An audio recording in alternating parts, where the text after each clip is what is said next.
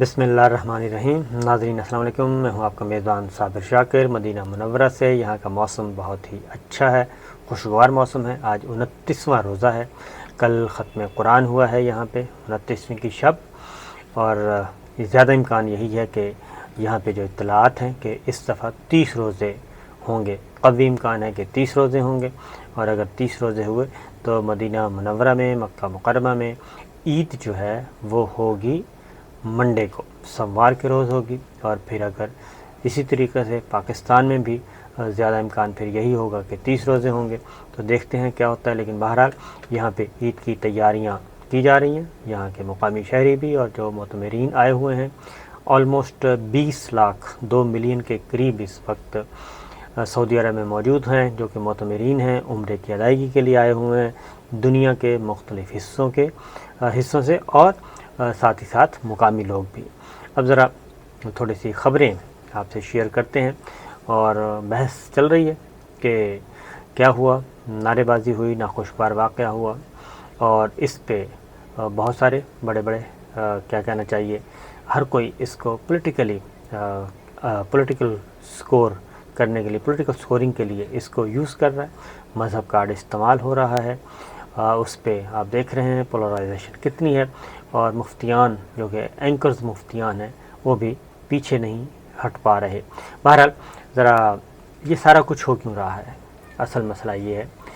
اصل وجہ یہ ہے کہ یہ ڈائیورٹ کرنے کی ایک کوشش کی گئی، اور اس میں وہ کامیاب ہوئے، اور وہ یہ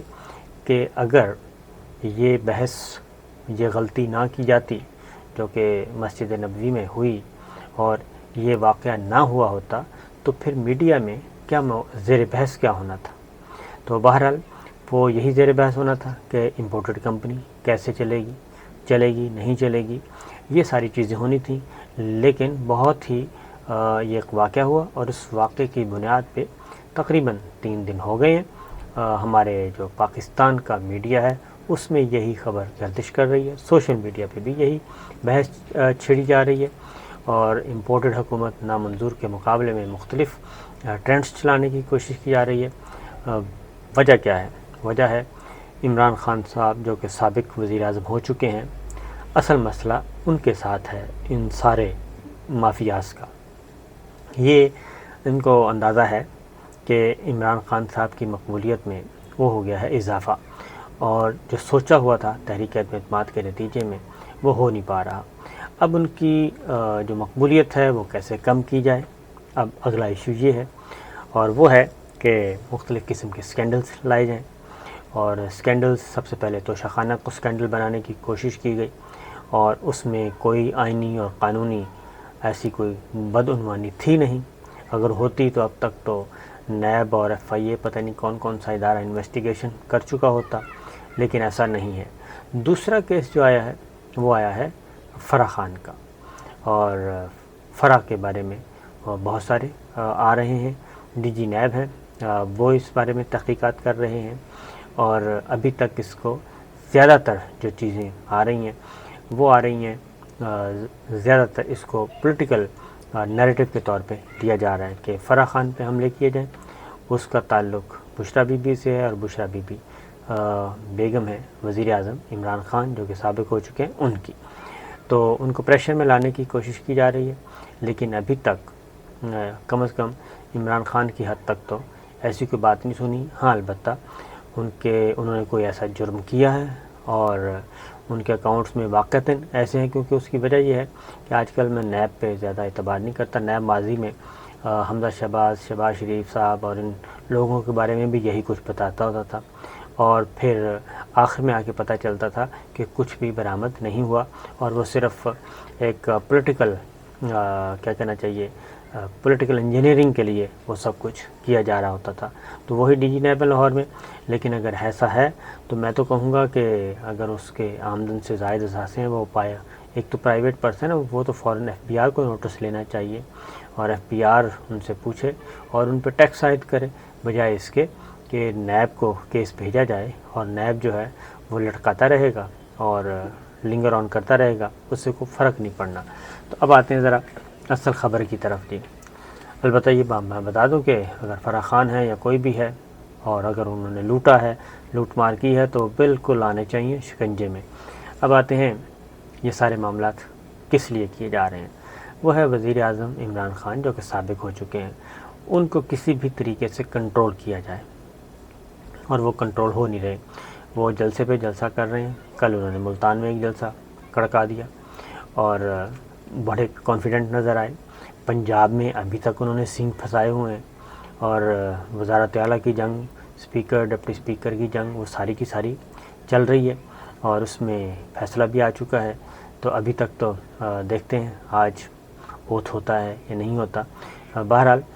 جو بات ہے وہ یہی ہے کہ عمران خان صاحب کی مقبولیت کو کیسے کم کیا جائے۔ میں ذرا تھوڑا سا تاریخ کا ایک طالب علم ہوں، میں آپ سے بھی بات کرتا ہوں، آپ کو بھی بتاتا ہوں کہ پولیٹیشین جو ہے، سیاستدان، وہ کبھی نہیں مرتا، اور اس کی زندگی جو ہے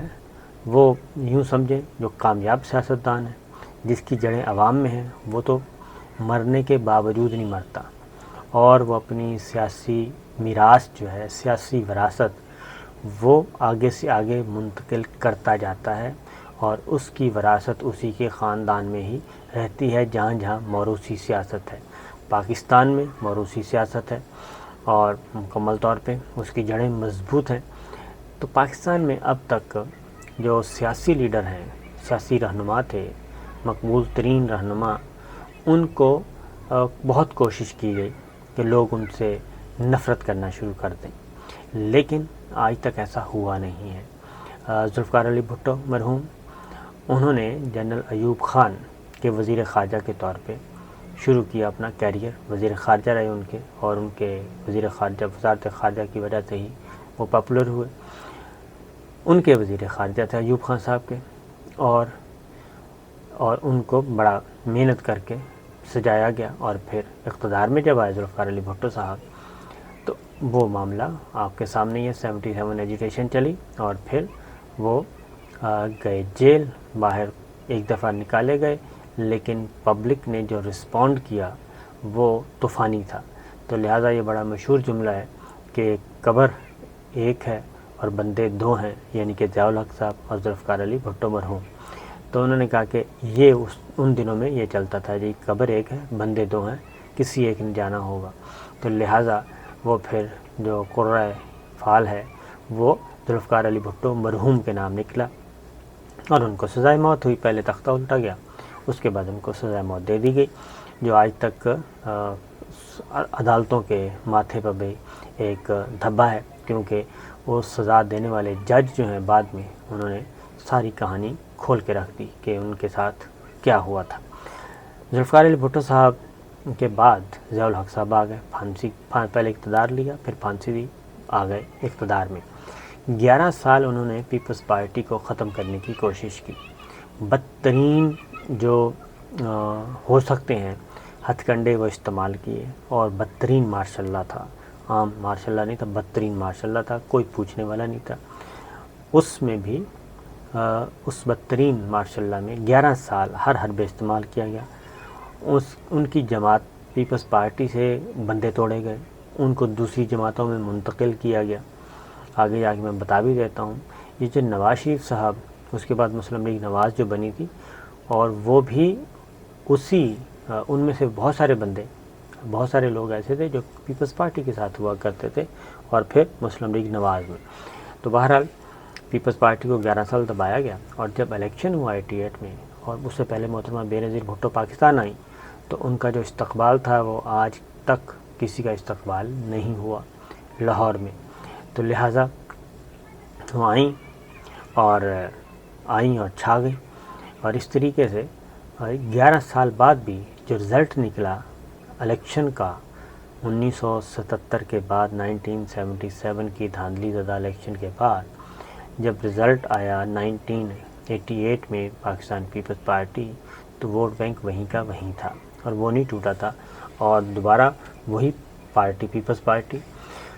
جن کے رہنما، جن کے قائد کو پھانسی دے دی گئی تھی، اور اس کے بعد یہ سمجھا جاتا تھا کہ ذوالفقار علی بھٹو مرحوم کو منو مٹی تلے دبا دیا گیا ہے، ان کو دفن کر دیا گیا ہے، اب ذوالفقار علی بھٹو کا نام لیوا کوئی نہیں ہوگا، یہ کہا جاتا تھا۔ لیکن ہوا یہ کہ 11 سال بعد بھی جب الیکشن ہوئے 1988 میں تو پیپلز پارٹی کا ووٹر جو ہے، سپورٹر جو ہے، وہ بھرپور طریقے سے نکلا اور اقتدار محترمہ بے نظیر بھٹو کو مل گیا، ذوالفقار علی بھٹو مرحوم کی بیٹی کو۔ اس کے بعد محترمہ بے نظیر بھٹو کو بھی جو ہے 2 دفعہ ان کو فارغ کیا گیا ان کی حکومت، اور ہر دفعہ یہی سمجھا جاتا تھا کہ بس پاکستان پیپلز پارٹی ختم ہو گئی، یہاں تک کہ ان کو سزا بھی ہوئی ان کی غیر حاضری میں۔ محترمہ بے نظیر بھٹو اور آصف علی زرداری صاحب کو کیس میں نے خود رپورٹ کیا سپریم کورٹ میں، تو سزا بھی ہوئی، سب کچھ ہوا، لیکن اس کے باوجود محترمہ بے نظیر بھٹو سیاسی طور پہ نہیں مریں، اور اگلی بات یہ کہ ان کا جو ووٹ بینک ہے وہ بدستور رہا، اور ذوالفقار علی بھٹو سے محترمہ بے نظیر بھٹو کو شفٹ ہوا، اور انہوں نے بھی 2 دفعہ اقتدار کے مزے لوٹے، تو وہ بھی ختم نہیں ہو سکی تھیں۔ اور اس کے بعد پھر پاکستان پیپلز پارٹی سمجھا یہ جاتا تھا کہ محترمہ بے نظیر بھٹو گئیں تو پیپلز پارٹی ختم، ذوالفقار علی بھٹو مرحوم گئے تو پیپلز پارٹی ختم، لیکن وہ پیپلز پارٹی آج بھی موجود ہے، ختم نہیں ہو سکی۔ اس کے بعد نواز شریف صاحب کو لے لیں، 2 دفعہ ان کو اقتدار ملا، تیسری دفعہ وزیر اعظم بنے، اور تینوں دفعہ ہر دفعہ یہ سمجھا گیا کہ اب نواز شریف کا نام لیوا کوئی نہیں ہوگا، پھر سپریم کورٹ سے فیصلہ بھی آ گیا، اور اس کے بعد جو ہوا وہ ہم سب کے سامنے ہے۔ فیصلہ آنے کے بعد جو بہت ساری لڑائیوں کے پیچھے راز ہیں، عمران خان صاحب کی برطرفی کے اور ان کو عدم اعتماد سے ہٹانا، بہت سارے راز ان کے سینے میں موجود ہیں، اور وہ کسی نہ کسی وقت ریکارڈ پہ آ جائیں گے۔ تو بہرحال نواز شریف صاحب بھی 3 دفعہ وزیر اعظم رہے، ہر دفعہ سمجھا گیا کہ یہ ختم ہو گئے ہیں، لیکن وہ ختم نہیں ہوئے، ان کا ووٹ بینک بھی برقرار رہا، یہاں تک کہ کاف لیگ اس میں سے نکلی، کاف لیگ بن کے فارغ ہو گئی، اور نون لیگ وہیں کی وہیں ہے۔ پھر مریم صفدر صاحبہ کو بھی سزا، نواز شریف صاحب کو بھی سزا، لیکن ثابت یہ ہوا کہ انہی کے ساتھ مذاکرات کیے اور انہی کے ساتھ سب کچھ ہوا، اور اقتدار جو ہے وہ نواز شریف صاحب سے جو لیا گیا تھا وہ واپس شہباز شریف صاحب کے حوالے کر دیا گیا، تو وہ بھی نہیں، نواز شریف صاحب بھی ختم نہیں ہوئے سیاسی طور پہ، نہ ہی دوسری طریقے سے، یعنی کہ کیا کہنا چاہیے، سزا ہوئی ان کو سپریم کورٹ سے، لیکن اس کے باوجود لوگ جو ہیں انہوں نے نہیں چھوڑا ان کو، اور پھر اسی طاقت کے بل بوتے پر دوبارہ ڈیل ہوئی، یعنی کہ انہوں نے اپنا لوہا منوایا، اور پاور ٹاکس ٹو پاور، اور اس کے بعد یہ کچھ ہوا، تو لہٰذا نہیں، اسفندیار ولی خان، باچا خان کے بعد اسفندیار کے بعد باچا خان کے بعد آئے تھے خان ولی خان کے بعد اسفندیار ولی خان، اور اس کے بعد پھر آگے تیسری نسل کو منتقل مولانا فضل الرحمان صاحب، مولانا مفتی محمود صاحب، مولانا نورانی صاحب، اویس نورانی صاحب، یہ ایک لمبی شفٹ ہے، لمبی لائن ہے جو کہ چل رہی ہے۔ تو لہٰذا کہنے کا مقصد ہے کہ سیاستدان کبھی نہیں مرتا، تو ذوالفقار علی بھٹو سے لے کے نواز شریف صاحب، محترمہ بے نظیر بھٹو دنیا سے چلی گئیں، قبروں میں اضافہ ہو گیا پیپلز پارٹی کے، لیکن پیپلز پارٹی ختم نہیں ہوئی۔ تو اسی طریقے سے نواز شریف صاحب کو سزا بھی ہو گئی، بیرون ملک بھی چلے گئے، لیکن پارٹی وہیں کی وہیں ہے۔ تو نیکسٹ جو ہے عمران خان صاحب پہ تو کوئی ایسا دھبا بھی نہیں ہے، ابھی تک کوئی کرپشن کا چارج نہیں ہے، کوئی سیکورٹی رسک کا چارج نہیں ہے، سب کچھ